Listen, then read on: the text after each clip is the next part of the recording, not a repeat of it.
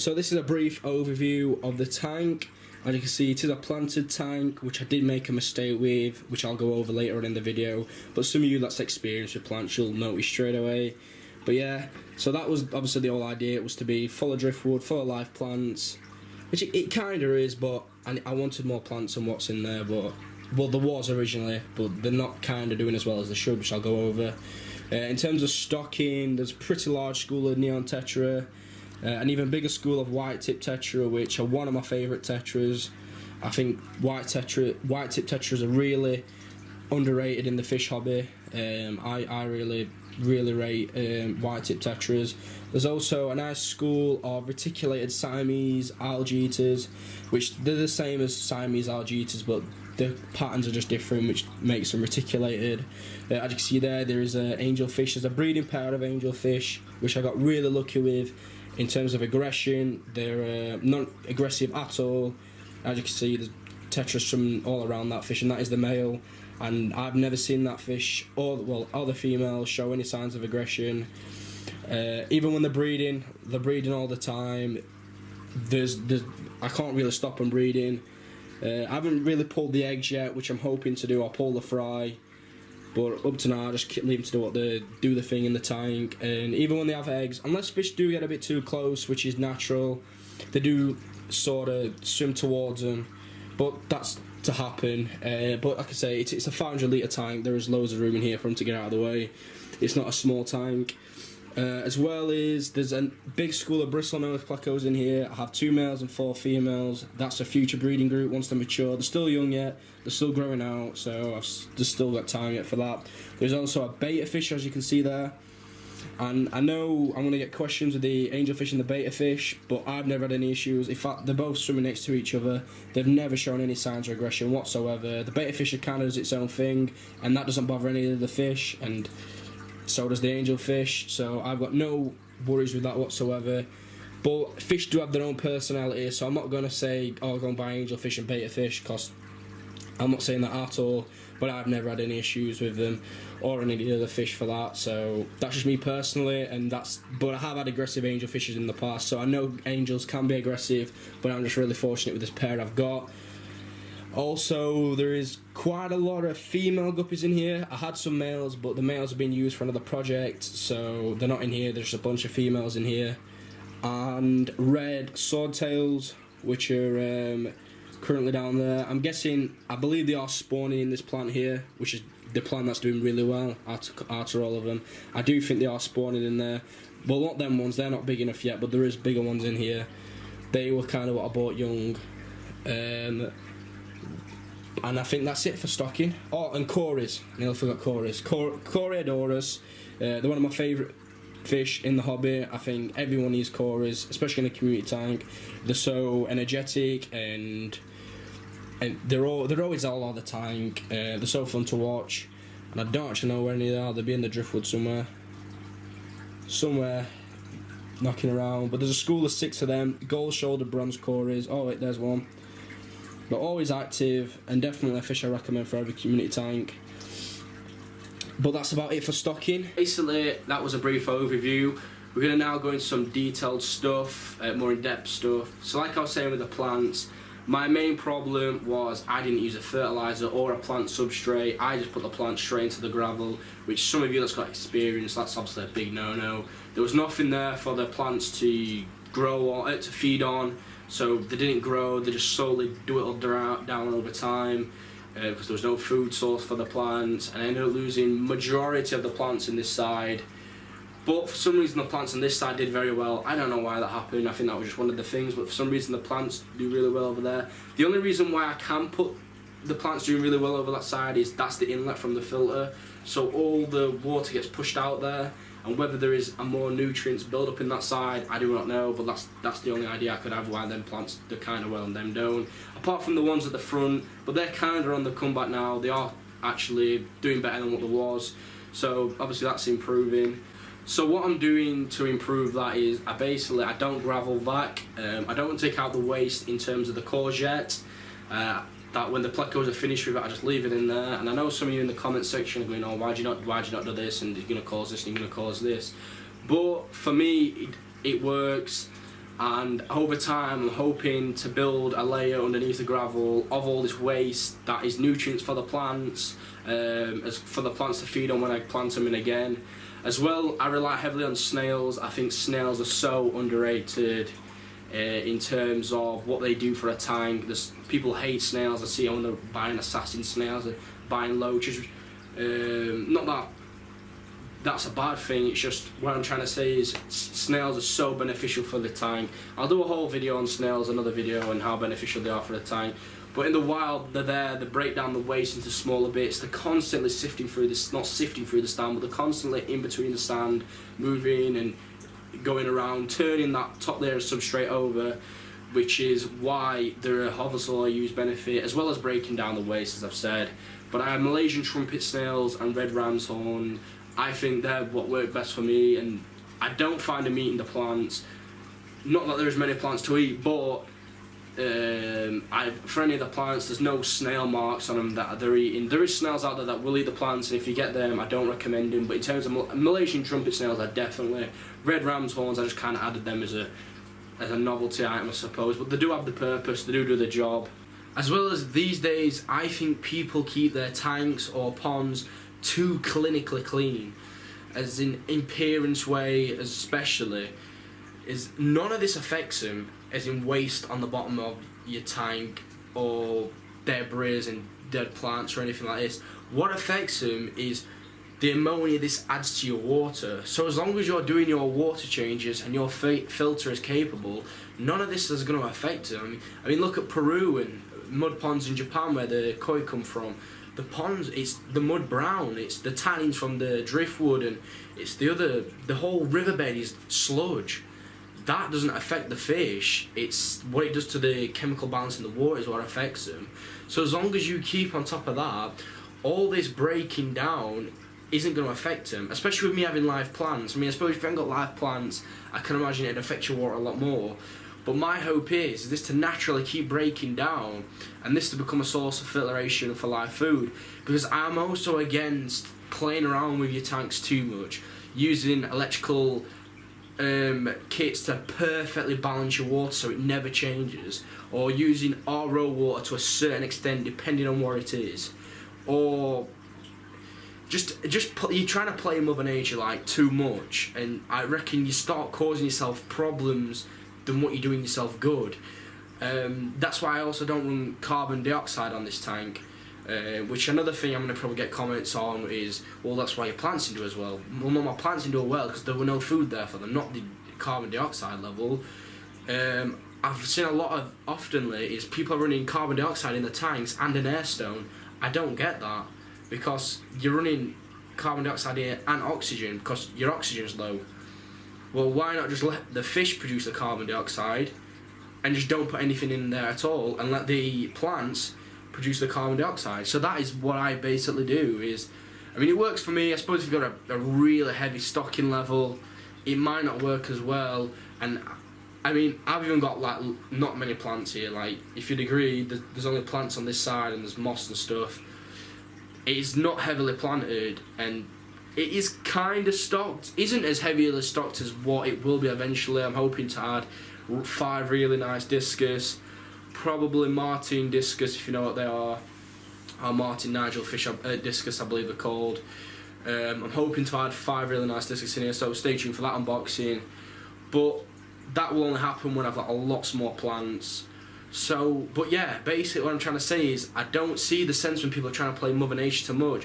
So I have no air stone in here and have the fish producing the carbon dioxide and hopefully the plants using it, and I have tested it and my carbon dioxide is perfect for plants. And as you can see, none of my fish are gasping, none of my fish are struggling for air, they're all doing really fine, I don't lose fish. I also have a lot of top water agitation with the pump. It keeps the water, which is also good. You can't keep the top of your tank still, you need to have the tank moving. So I've got a lot of top water agitation as well, which is doing gas exchange. So I have everything there, but that's what I mean. It's if you do it right, you shouldn't have to have all these test kits and clinically clean kits. I mean, up until a point to where now I have a purifier. I mean, I had a purifier back then, but when I used to be doing loads of small tanks and had sponge filters and I was changing water constantly, I was breeding angelfish and lots of other fish in just tap water.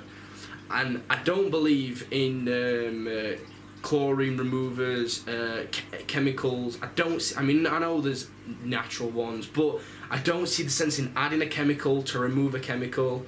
And it's not chlorine as much that does the damage. I believe it's chloramine, and it's the other metals in the water you need to remove. So I'll go over purifiers as well, because I have another big thing in on how carbon filters don't work as well as they should do, but I'll go over that another time. But basically, I think if you have a purifier, there is no reason you should be using RO, unless the fish demands RO, because it is such a level of fish. For your average tank, you shouldn't be using dechlorinators or anything like that. Not that you should not use them, because I suppose they do make them on the market for a reason, but I don't think that they work very well.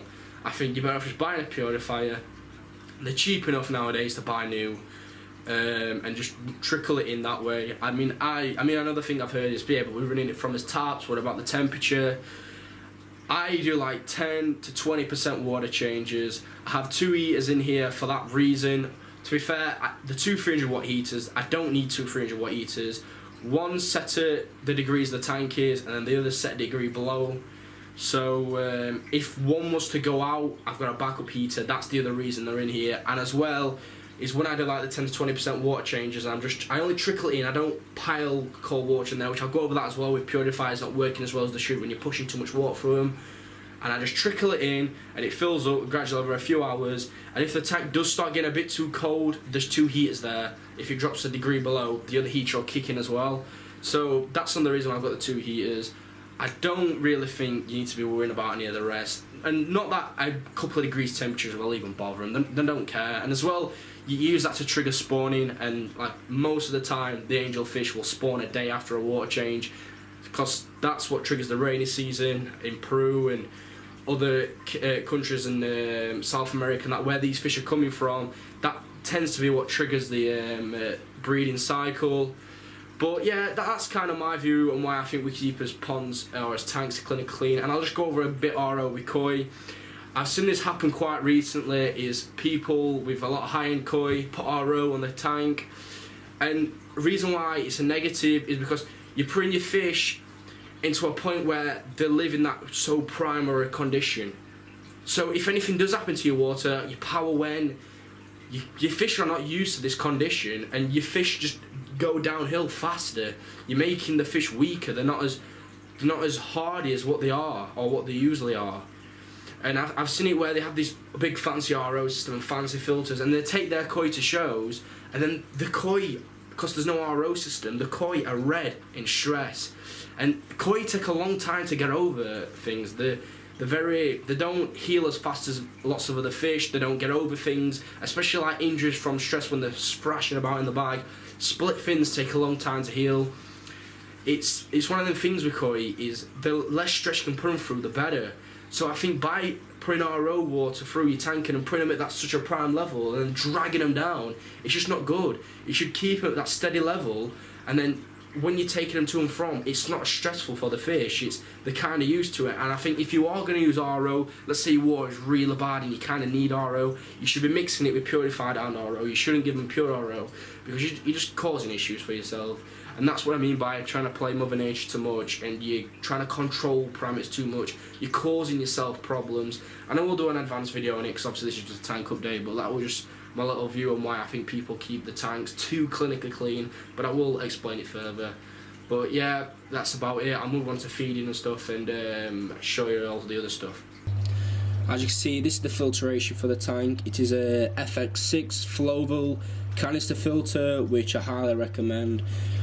Everyone needs an FX6, especially on big tanks. It's an incredible filter. It's quiet. As you can see, we're stood next to it, and you can barely hear anything. I doubt I'm going to pick it up on the camera's microphone. But yeah, incredible filter, really good for your water, a really good turnover as well. I've got 500 litres, so this technically is being turned over 5 times an hour, which I think is pretty good, which is a big thing for water quality. I think is you got to have that flow, you got to have that flow through the filters. For every filter, that's the big thing. But yeah, that's just a brief overview of the filter. So fish food, which I think is really important, and it's as almost important as your water, and it kind of gets neglected sometimes how important food is. because for lots of reasons really, but mainly the healthy fish, the health of the tank. If your fish is eating a higher quality food, it's producing less waste because it's using that, because it's a higher quality food, it can use the nutrients in there. Your fish look a lot nicer, your fish are a lot more active, so a whole bunch of benefits really, but mainly obviously the welfare of the tank. Recently I've been feeding this food by NT Labs, which I think is a really good food. Highly recommend it. I got it recommended to me. It's just called tropical fish food. I don't know if there is different versions. This was the only version I've seen, but I get recommended to me, and I do recommend it as a good food. There is also like probiotics and stuff, which obviously that's what NT Labs is known for. It's known for like the chemical side, but it is a really good fish food. I think the pellets, there should be different pellets. I feel like the pellets are a bit big for the textures and stuff, so I just put it in the lid and I just braid some of it up into like a powder form. Or well, not so much as a powder, but just a smaller form for like the tetra and the guppies and stuff. Because it is a lot easier for them to digest smaller pellets than it is bigger pellets. And I'll do a video on that as well. I think people do feed too big of a food for the fish, because if you imagine swallowing an actual potato, it'd be quite hard to digest as if it were cut up into like a chip form. So I think smaller pellets is a lot beneficial for fish, and I'm a big supporter of smaller pellets, so I just break it up a bit just so obviously the smaller fish can eat it. But such as the angel fish, they quite easily eat the full size pellet. So I use this in a combination with sinking wafers, which is made by Ikari. I recommend this for bottom feeders, especially cories and loaches and so on. The Siamese algae eaters also eat this, and to be fair, all the fish in the tank feeding on the bottom, they'll nibble off this, as well as obviously Ikari algae wafers for the pleco. But same as I said, the Siamese algae eaters, these eat off these. I've seen the cories eat this. All the fish, because they like a varied diet, they don't just eat one thing, they do like to get a bit of everything. As well, which I highly recommend, is live food if you can get a hold of it, but if not, frozen food works just well. This I really like. It's a combination of food, it's not just one thing. So there's mosquito larvae, Daphnia, brine shrimp, what else is in here, Daphnia, there's mussel meat in here that's shredded up. There's all sorts in here. There's red and white mosquito larvae. So I really do recommend this to throw the diet up. You can't just feed obviously frozen food, but I do like to feed a lot of frozen food. But mainly is my pellets and the wafers, as well as bloodworm. Bloodworm's always good. Everything likes bloodworm, obviously that can eat it. The cories definitely love bloodworm, especially when I buy live bloodworm, because it always sinks straight to the bottom and it's wiggling across the bottom. The cories love live bloodworm, but frozen, especially for the angelfish, these love frozen bloodworm. That's really good. And then there's another frozen food I buy, but this is mainly for the cichlid tank, which is a Malawi mix.